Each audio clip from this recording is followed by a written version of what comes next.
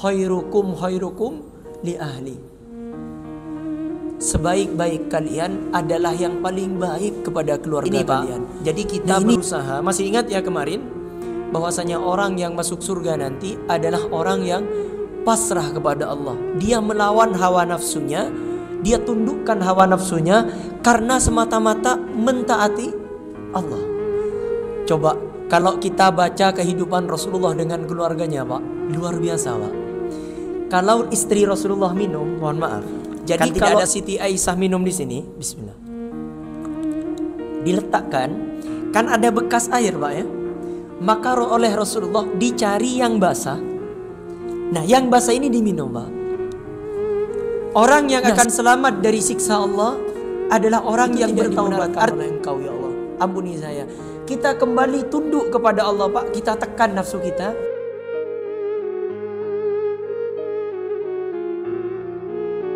Alhamdulillah wassalatu wassalamu ala Rasulillah sayyidi wa mawala. Faya ibadallah usikum wa nafsi bitaqwallah faqad fazal muttaqun wa la tamutunna illa wa antum muslimun. Subhanaka la ilma lana illa ma 'allamtana innaka antal alimul hakim. Kita lanjutkan ayat yang kita kaji kemarin karena ayatnya kan sudah dibaca. Nah, baik, kita nyampe kepada ayat berapa? Baik, 86. Di ayat yang ke-85 kita telah bahas kemarin, Pak. Wa may yabtaghi ghairal islami dinan falayuqbala min. Barang siapa yang mencari agama selain agama Islam. Apa yang dimaksud ad-din tadi malam yang saya bahas? Cara tercepat untuk mendapatkan ridho Allah. Makanya caranya ada syariat di situ. Makanya orang yang ingin menuju Allah tapi dia tidak lewat syariat, maka batal tujuannya. Ada orang misalnya ingin menuju ridho Allah tapi tidak sholat, maka batal tujuannya. Harus diselesaikan. Jadi yang dimaksud Islam itu patuh dan tunduk kepada perintah Allah. Jadi yang diperintah itu hamba, yang memerintah itu tuh Tuhan. Jadi statusnya hamba itu harus tunduk. Makanya ketika kita patuh dan tunduk itu disebut dengan aslam. Kegiatannya disebut dengan Islam.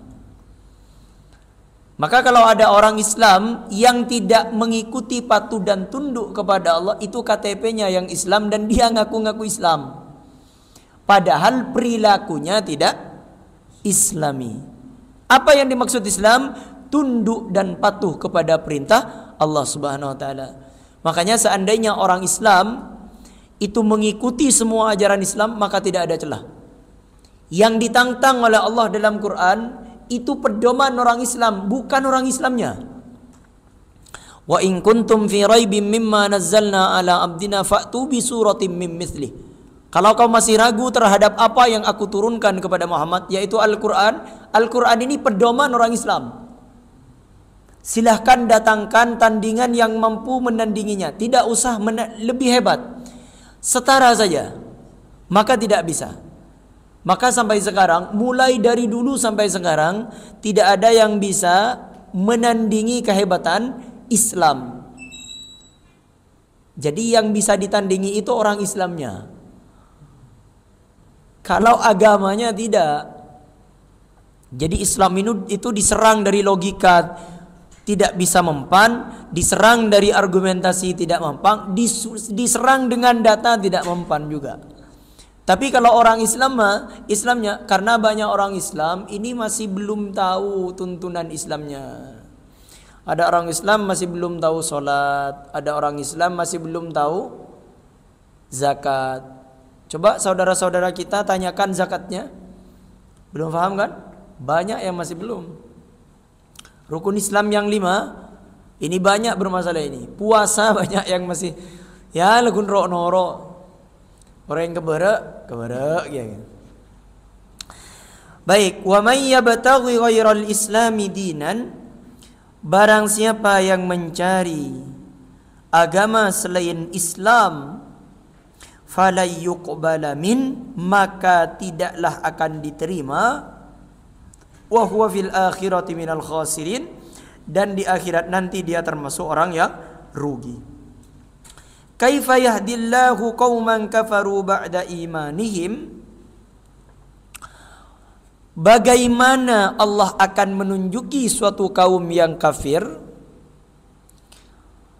ba'da imanihim, setelah mereka beriman, wa syahidu, dan mereka menyaksikan. Artinya Allah tidak akan menunjuki mereka padahal mereka telah bersaksi anna rasulah haqqun, bahwa Muhammad itu benar-benar rasul, wa ja'ahumul bayyinat, dan sungguh telah datang pula kepada mereka keterangan-keterangan, bukti-bukti yang nyata. Al-bayyinat itu bukti-bukti yang nyata atas kebenaran Nabi SAW. Wallahu la yahdil qaumadz zalimin, dan Allah tidak menunjuki orang-orang yang aniaya, orang-orang yang kafir. Jadi kata Allah, bagaimana Allah akan menunjuki suatu kaum yang kafir setelah mereka mengetahui tentang bukti-bukti kebenaran bahwasanya Nabi Muhammad itu adalah utusan. Jadi kalau ada orang yang sudah tahu tapi diingatkan tetap dia nyeleneh, nah dengan cara apa lagi yang mau dikasih tahu ini? Ulaika jazaohum anna alaihim la'natullahi wal malaikati wan nasi ajmain. Mereka itu balasannya ialah laknat Allah yang ditimpakan atas mereka, begitu pula laknat malaikat dan seluruh umat manusia. Orang yang sudah tahu tapi dia menentang yang diketahuinya, maka bukan hanya Allah yang melaknatnya, maka malaikat juga melaknat, bahkan seluruh umat manusia melaknat orang ini. Khalidina fiha, kekal mereka di dalamnya, di dalam laknat atau di dalam neraka. La yukhaffafu anhumul adzabu wa la hum yunzarun, tidak diringankan siksa dari mereka dan tidak pula mereka diberi tangguh.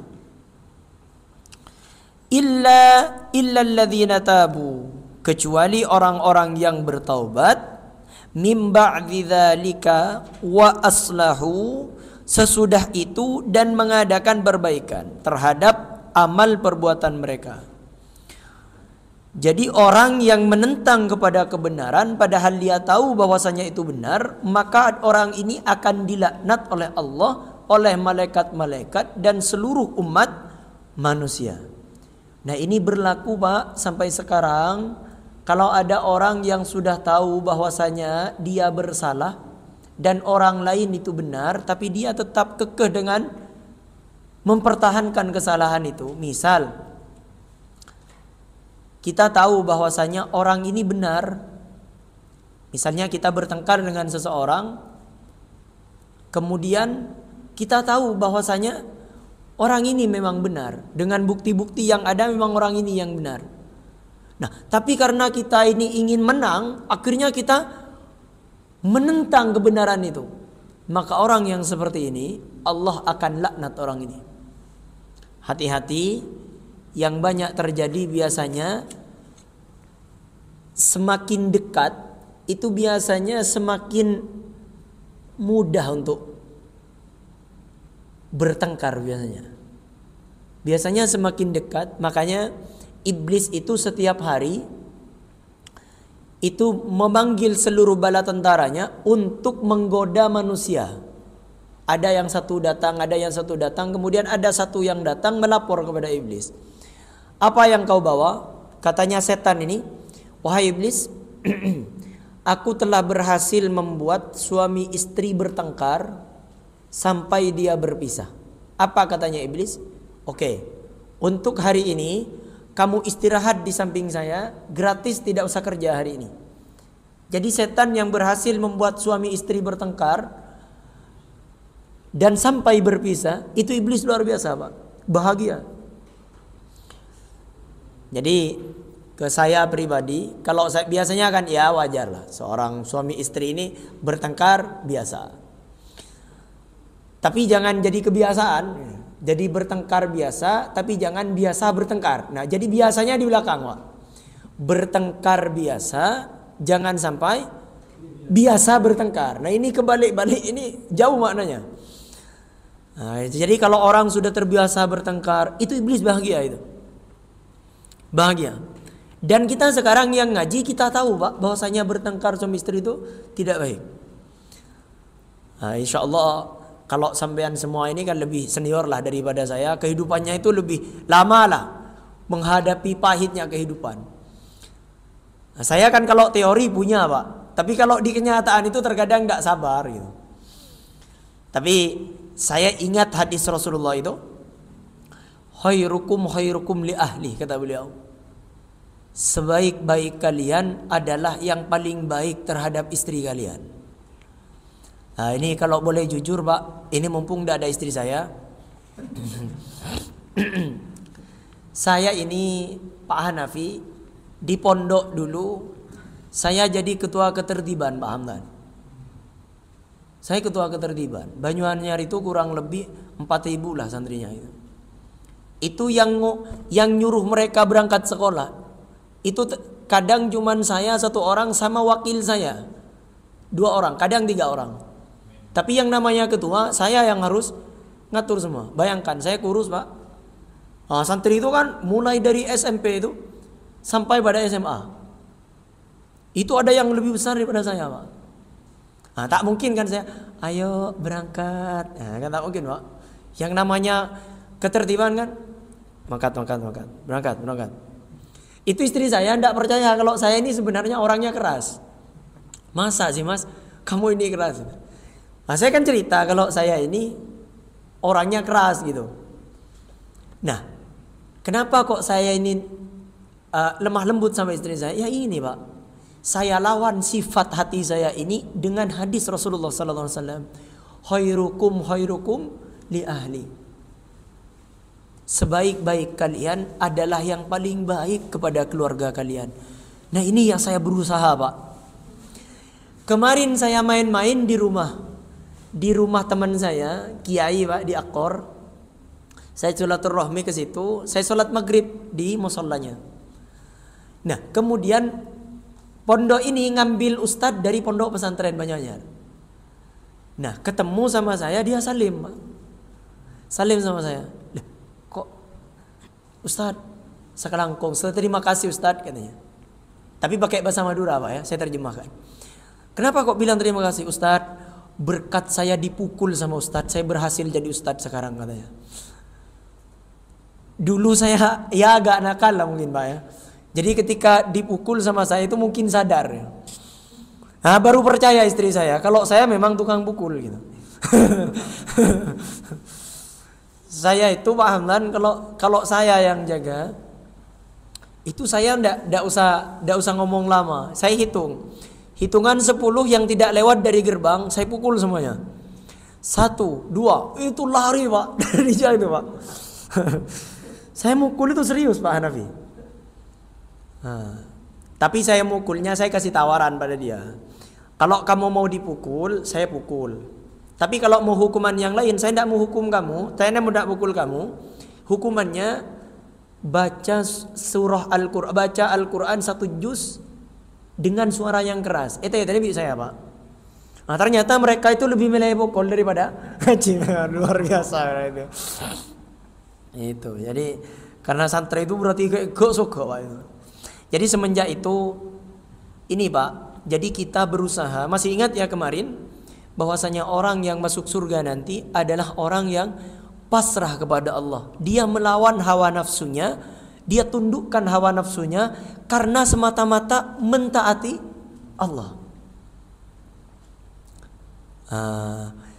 Coba kalau kita baca kehidupan Rasulullah dengan keluarganya, Pak, luar biasa, Pak. Kalau istri Rasulullah minum, mohon maaf, kan tidak ada sedotan dulu, Pak, ya.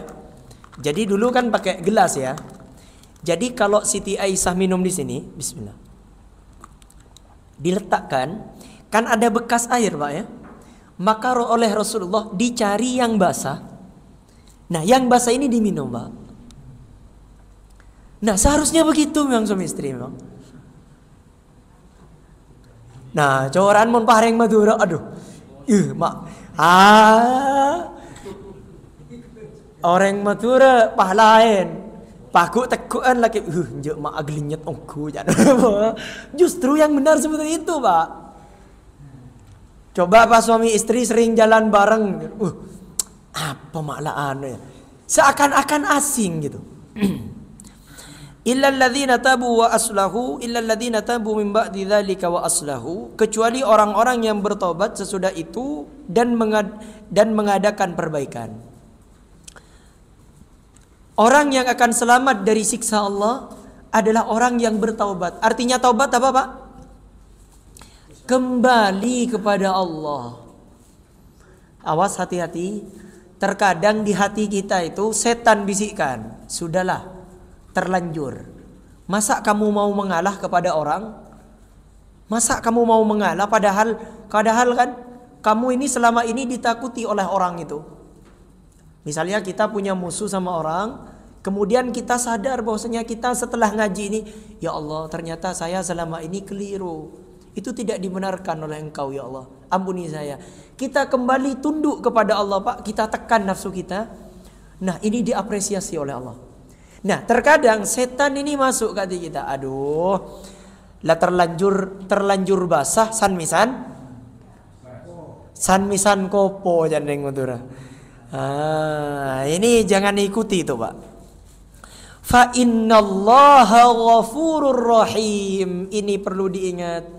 Fa innallaha ghafurur rahim. Sesungguhnya Allah Maha Pengampun. Jadi kalau kita kembali kepada Allah, dosa selama ini yang kita lakukan misalnya, Allah akan ampuni dosa itu, Pak. Sudah, Pak, jangan dengarkan bisikan setan. Oh, kamu ini harga diri kamu ini terinjak-injak. Tak penting, Pak. Yang penting menurut Allah kita diridhoi. Sebentar lagi, Pak. Paling lama kita diinjak-injak harga diri oleh seseorang 60 sampai 70 tahun. Selesai itu kita nanti enak selamanya kita. Nah, saya masih ingat pesan dari kakek saya almarhum. Kata beliau, orang jong montero damai jong arbu menang jong. Arbu bener. Jangan berebut menang, tapi berebut benar. Kira-kira di antara percekcokan itu siapa yang benar? Jadi yang direbut kebenarannya, bukan kemenangannya. Nah, kalau yang direbut kebenarannya, maka yang salah harus berani mengakui salah. Innal ladzina kafaru ba'da imanihim summa zdadu kufran lan tuqbala taubatuhum wa ulaika humud dhallun. Sesungguhnya orang-orang yang kafir terhadap Isa, kita bahas kemarin masalah Isa. Sesungguhnya orang-orang yang kafir terhadap Isa setelah mereka beriman kepada Musa, summa zdadu kufra, kemudian bertambah kekafiran mereka terhadap Muhammad sallallahu alaihi wasallam, lan tuqbala taubatuhum, tidaklah akan diterima taubat mereka jika mereka dalam keadaan sekarat atau meninggal di dalam kekafiran. Ini yang dimaksud oleh ulama tafsir adalah orang Yahudi. Jadi orang Yahudi dulu beriman kepada Musa, tapi ketika datang Isa, dia tidak mau beriman kepada Isa. Ketika datang Nabi Muhammad, dia juga tidak mau beriman kepada Nabi Muhammad. Nah, maka apa yang Allah sampaikan? Maka lan tuqbala taubatuhum, maka orang ini tidak akan diterima taubatnya. Perhatikan, ini juga berlaku kepada orang sekarang, Pak. Kalau ada orang yang dia tidak beriman kepada Muhammad sallallahu alaihi wasallam, kemudian dia mau bertaubat setelah, perhatikan, setelah hampir mau meninggal dunia, maka lan tuqbalu taubatuhum, maka tidak diterima taubatnya oleh Allah Subhanahu wa taala. Hati-hati. Kalau bisa, Pak, pastikan kita ini koreksi diri, terutama ketika zalim kepada manusia, Pak, ya. Kalau zalim kepada Allah, kita baca sayyidul istighfar, Allahumma anta rabbi setiap pagi dan sore itu, Pak. Nah, Allah akan ampuni dosa kita. Allah tak peduli sebesar apapun dosa kita. Tapi kalau kita berdosa pada manusia, Pak, menzalimi manusia. Nah, yang paling sering kita biasanya menzalimi itu yang paling dekat dengan kita. Tidak mungkin kan? Tidak mungkin aftar misalnya bermusuhan dengan siapa ya? Siapa? Sera kata. Sera saya ngefan aftar ngefan ke saya.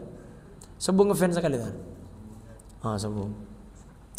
Tidak mungkin aftar ini benci dengan orang yang ada di Jakarta misalnya, karena tak kenal. Itu pun jauh. Biasanya yang sering banyak masalah ini adalah dengan orang dekat. Maka pastikan kita ini tidak punya masalah, Pak.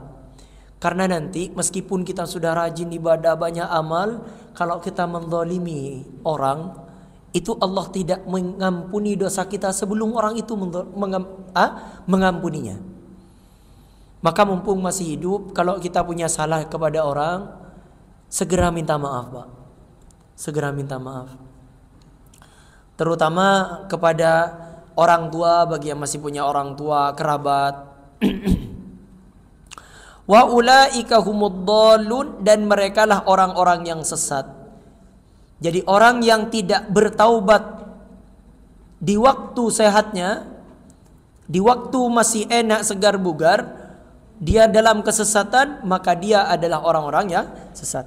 Innal ladzina kafaru wa matu wa hum kuffarun, sesungguhnya orang-orang kafir wa matu wa hum kuffarun, dan mati dalam kekafiran, falayyuqbala min ahadihim, tidaklah akan diterima dari seorang pun di antara mereka, mil'ul ardi, sepenuh bumi. Maksudnya suatu jumlah yang banyaknya seisi bumi ini, dhahabaw walawittada bihi, berupa emas yang digunakannya sebagai penebus dari mereka. Yang dimaksudkan adalah sebagai pemberitahuan tentang sebab tidak diterimanya tebusan terhadap orang yang mati dalam keadaan kekafiran. Orang yang kafir terhadap ayat Allah ini bisa bermakna kafir secara mutlak, Pak, ya. Bisa kafir secara mutlak muslim, tapi untuk koreksi kepada kita yang sudah beriman kepada Allah, bisa kita memahaminya kafir dari ayat-ayat Allah. Misalnya Allah memerintahkan disuruh mengikuti Nabi Muhammad misalnya. Disuruh jangan menzalimi orang, disuruh jangan menyakiti orang, disuruh baik kepada kerabat, keluarga, istri pada suami, suami kepada istri misalnya. Kemudian orang ini tidak mau, Pak, karena sombong dalam hatinya, dibisikkan setan iblis dalam hatinya, sehingga meskipun dia sudah tahu dan sadar, dia tidak mau. Nah, orang seperti ini kata Allah, kalau dia tidak bertaubat, meski kalau sudah masuk pada saat mau kematian nanti, meskipun dia mau menebus dosa itu dengan seluruh isi alam semesta ini, dengan hartanya, dengan emasnya, itu tidak cukup untuk menebus dosanya. Jadi hati-hati. Makanya mumpung masih sehat kita, ini bukan untuk orang, Pak, tapi untuk kita masing-masing, untuk menjaga diri. Insya Allah di sini tidak ada ya yang menzalimi orang, insya Allah tidak ada di antara kita. Ini maksudnya takutnya nanti setan datang kepada kita membisikkan, ayolah kamu begini. Karena kita sudah punya ilmunya sekarang. Oh iya, sadar. Oh iya ya, kalau saya menzalimi orang, kalau saya menyakiti orang, kalau saya berkata kasar pada orang, menyakiti seseorang, maka Allah akan tidak mengampuni saya. Kalau saya bertaubat sebelum kematian, kalau tidak bertobat sebelum kematian, maka meskipun seluruh seorang pun di antara mereka sepenuh bumi mau dijadikan tebusan berupa emas misalnya, itu tak cukup untuk menebus dosa dengan taubat tadi. Maka ini kalau secara kepada kita. Tapi kepada orang kafir, nah ini jadi orang kafir itu tidak mampu harta mereka menebus. Ulaika lahum adzabun alim, bagi mereka disediakan siksa yang pedih atau menyakitkan. Ini Pak, sudahlah. Kita meskipun gengsi di dunia, dicaci maki sama orang, kamu ndak hebat, sudah Pak. Kenapa kamu nggak ngelawan? Kan kamu didolimi, sudah Pak. Ada Allah Pak. Lebih baik kita didolimi sama orang daripada kita mendolimi orang. Lebih baik kita dicaci maki oleh orang daripada kita menyakiti hati orang. Ustadz, saya maunya yang sedang-sedang Ustadz. Yang sedang-sedang saja. Maksudnya satu hari menyakiti, satu hari ini janganlah. Kita semoga menjadi orang yang tidak pernah menyakiti dan tidak pernah disakiti. Tidak ada Pak orang seperti ini Pak. Rasulullah itu kurang baik apa Pak? Disakiti tidak sama orang? Disakiti, bukan hanya disakiti, dizalimi. Jadi orang hidup ini diuji oleh Allah dua. Kalau dia tidak menjadi orang jahat, maka dia akan dijahati sama orang. Jadi kalau kita dijahati sama orang, misal kita ditipu sama orang, alhamdulillah saya yang ditipu, bukan saya yang menipu. Alhamdulillah saya yang dianiaya oleh orang, bukan saya yang menganiaya orang. Perhatikan Pak, ada sebuah pelajaran yang tidak bisa dipelajari. Ada sebuah pelajaran yang tidak bisa dipelajari. Apa pelajaran itu Ustadz? Rasa Pak. Rasa ini tidak bisa dipelajari Pak, tapi bisa dirasakan. Orang yang telah merasakan sakitnya didolimi, dia akan takut untuk mendolimi orang. Oh seperti ini ya rasanya didolimi ya. Biasanya orang yang suka mendolimi orang, biasanya orang ini tidak pernah didolimi sama orang, karena merasa dirinya mampu. Nah, yang lebih aneh, ini aneh Pak, keluar batas orang ini. Kalau dia didolimi sama orang, tapi dia suka juga mendolimi oleh orang, ini setengah 12 pikirnya. Kan ada orang kan, didolimi sama orang, apa prinsip dia? Dia dulu ketika belajar oleh gurunya, misalnya di sekolahnya, sering dicubit, sering dipukul. Setelah dia jadi guru, apa yang terjadi? Balas dendam. Ini jangan Pak. Jadi ketika kita sudah belajar dari kehidupan kita, merasakan pahitnya seperti itu, maka kita jangan sampai menyakiti pada orang. Jadi kalau kita disakiti oleh orang misalnya, kita disakiti oleh orang, didolimi orang, oh ternyata seperti ini ya disakiti orang, difitnah orang. Maka kita jangan pernah menyakiti orang lain. Ulaika lahum adzabun alim, bagi mereka disediakan siksa yang pedih. Wa ma lahum min nasirin, dan sekali-kali mereka tidak punya pembela yang akan membela dan melindungi mereka dari siksaan itu. Baik, alhamdulillah sudah hatam juz 3. Kita masuk juz 4 insyaallah. Surah Ali Imran. Semoga semuanya diberikan panjang umur sampai kita hatam Pak. Jadi malu pada Allah, kita diberikan hidup oleh Allah tapi tidak pernah hatam panduan kehidupan. Nah kita kan sudah dapat berapa? 5 juz ya, juz 30, juz 29 ya kan. Nah Ustadz, tapi kan materinya kan lupa yang kemarin Ustadz. Itu sebenarnya bukan lupa Pak. Sesuatu yang sudah dipelajari itu kalau diterangkan kembali langsung connect Pak. Jadi yang kemarin kata saya Uzair itu, masih ingat Uzair? Langsung connect kan. Oh iya Uzair. Jadi ketika diingatkan kembali itu ingat pasti Pak. Jadi bukan lupa sebenarnya, tapi tertindih dengan pemahaman-pemahaman yang baru. Baik, di sini saya mau membahas masalah salat.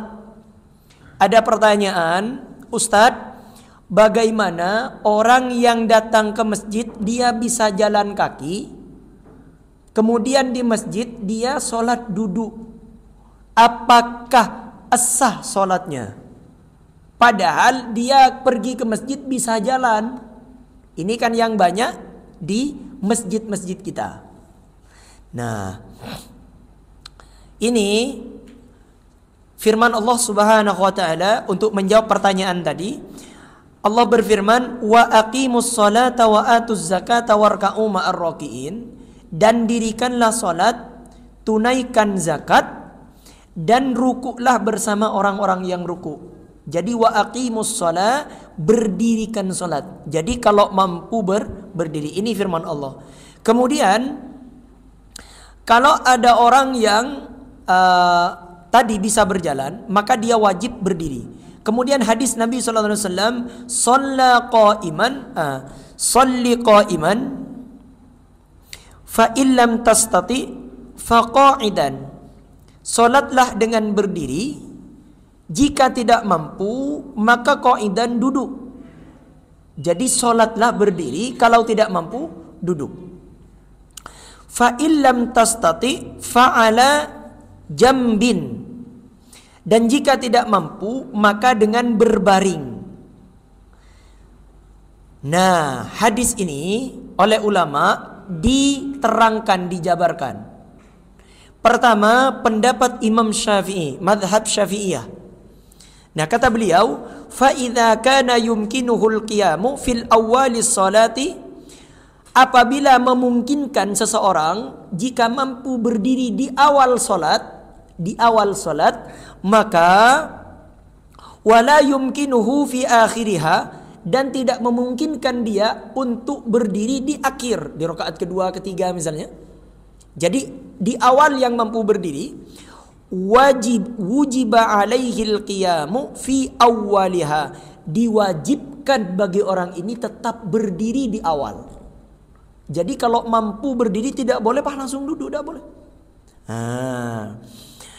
Fa in ajaza an akhiriha jalasa, jika ia tidak mampu melanjutkan maka boleh duduk. Li'annal qiyama qadratuhu. Nah, ini kata beliau, kenapa kok harus berdiri? Li'annal qiyama qadratuhu qadratun ghairu mustamirratin. Karena berdiri itu bersifat tidak terus menerus. Jadi kalau sudah tak mampu terus menerus, itu boleh nanti duduk berdiri. Kemudian mazhab Hanafi berpendapat,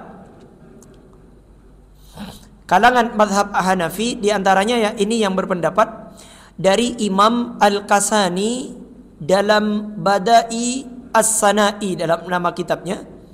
Beliau menjelaskan, wal qiyamu fil faridati fardun ma'al qudrati biqaulihi ta'ala wa qumu lillahi qanitin.